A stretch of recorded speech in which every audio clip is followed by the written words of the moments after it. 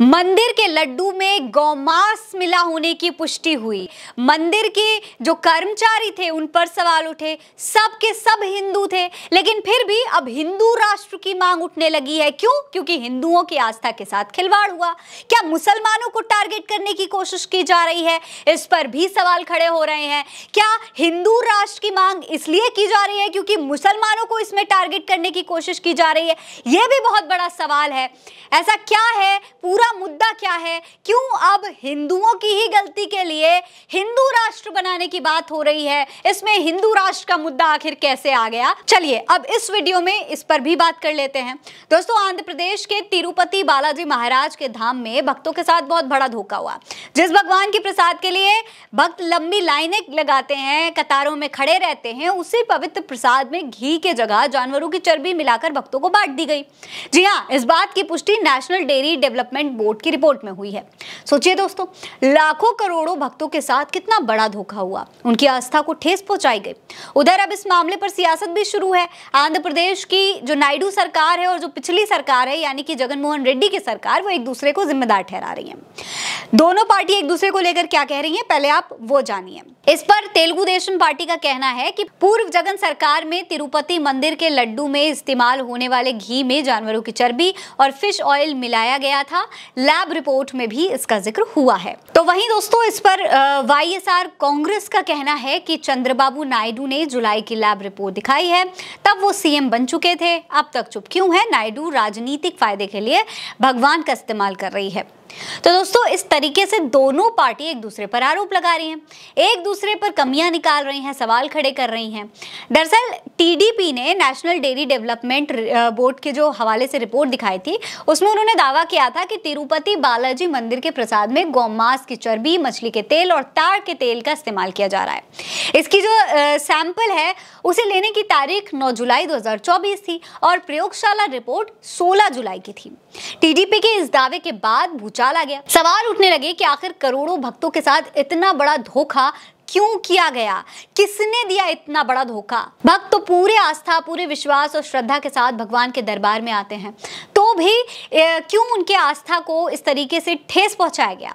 दोस्तों, हैरानी की बात तो ये है कि इस मामले में गलती चाहे जिसकी भी हो, लेकिन कुछ लोग इस पर मुसलमानों को टारगेट करने की कोशिश कर रहे हैं। मुसलमानों को इसके लिए जिम्मेदार बिना कहे, बिना नाम लिए मुसलमानों को टारगेट किया जा रहा है, मुसलमानों को जिम्मेदार ठहराने की कोशिश की जा रही है।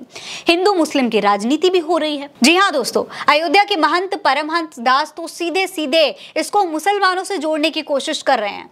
वो कह रहे हैं कि भाई हिंदू राष्ट्र बनना चाहिए क्योंकि हिंदुओं की आस्था के साथ खिलवाड़ हो रहा है। पहले जरा देखिए उन्होंने क्या कहा है। वो कहते हैं कि बंटवारे से बचा हुआ है जो भारत है, इसको हिंदू राष्ट्र करो, नहीं तो 100 करोड़ हिंदू हथियार उठाएगा। प्रसाद के नाम पर गौमांस खिलाया जा रहा है। केंद्र सरकार को ये जो बहुमत मिली है, ये बहुमत बहुसंख्यक समाज का है, भारतीय संस्कृति की रक्षा के लिए है। गाय संपूर्ण विश्व की माँ है। हमारी भारतीय संस्कृति वैदिक संस्कृति है और गौमांस लड्डू में कैसे मिल गया? इसलिए यहाँ अगर केंद्र सरकार इस पर सख्त नहीं हुई तो 100 करोड़ हिंदू हथियार उठाएगा और भारत को हिंदू राष्ट्र बनाएगा। तो दोस्तों, इसी तरीके से अयोध्या के महंत बालाजी के प्रसाद में मिलावट को लेकर के सीधे तौर पर बिना नाम लिए मुसलमानों को टारगेट कर रहे हैं, क्योंकि ये जो बंटवारे के बाद बचा हुआ हिंदुस्तान बता रहे हैं, इसका सीधा सीधा मतलब ये है कि ये हिंदुस्तान के बचे हुए मुसलमानों को टारगेट कर रहे हैं। बिना कहे मुसलमानों को टारगेट करने की कोशिश में ये हिंदू राष्ट्र बनाने की मांग भी उठा रहे हैं।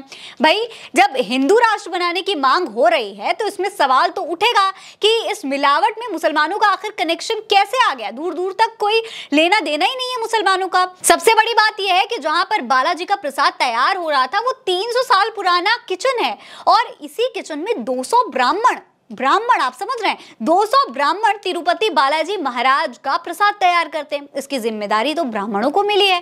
तो अब सवाल है कि केंद्र में हिंदुओं की सरकार, राज्य में हिंदुओं की सरकार, मंदिर बनाने वाले हिंदू, मंदिर में जाने वाले हिंदू, प्रसाद बनाने वाले हिंदू, प्रसाद खाने वाले भी हिंदू, तो फिर यहाँ पर जाति का एंगल, धर्म का एंगल कैसे आ गया?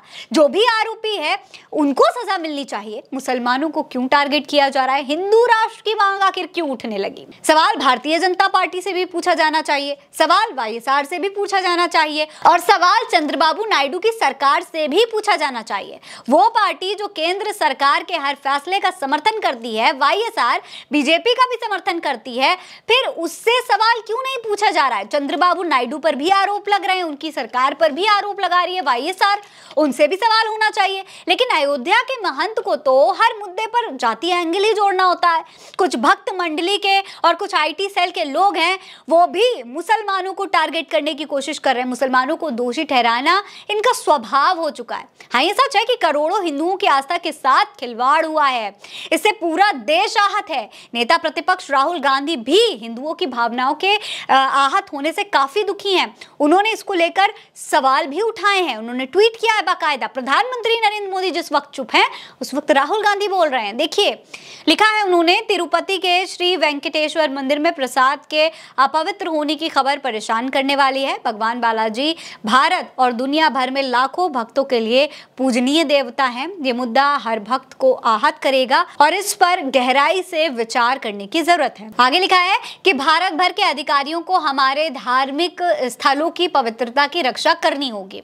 तो दोस्तों, इस तरीके से राहुल गांधी भी इस मामले पर एक्टिव हैं और धार्मिक जो संस्थाएं होती हैं उनकी पवित्रता की रक्षा की आवाज उठा रहे हैं। लेकिन कुछ लोग बिना इस तरफ ध्यान दिए इसके पीछे कौन जिम्मेदार है, आखिर इतने दिनों से कैसे लड्डू में मिलावट होती रही, कौन ये मिलावट करता रहा, इस सब पर ध्यान देने के बजाय वो लगातार हिंदू मुस्लिम एजेंडा ढूंढने की कोशिश कर रहे हैं। या तो विपक्ष को टारगेट बनाने की कोशिश की जा रही है या तो मुसलमानों को, क्योंकि यही सबसे आसान टारगेट है। इन्हें लगता है कि अगर मुसलमानों को टारगेट कर लेंगे तो मामला जैसे तैसे रफा दफा हो जाएगा, सवाल उठेंगे लेकिन जवाब सरकार को देने की जरूरत नहीं पड़ेगी। हालांकि अब इस मुद्दे पर किसी को भी टारगेट करना, हिंदू राष्ट्र की मांग उठाना, ये सब पूरी तरीके से बेतुका साबित होता हुआ नजर आ रहा है। सरकार इस पर घिरी हुई है और सरकार को जवाब देना ही पड़ेगा। आपको क्या लगता है? अपनी राय हमें कमेंट सेक्शन में लिखकर जरूर बताइएगा। ये खबर आप उल्टा चश्मा यूसी पर देख रहे हैं। नमस्कार।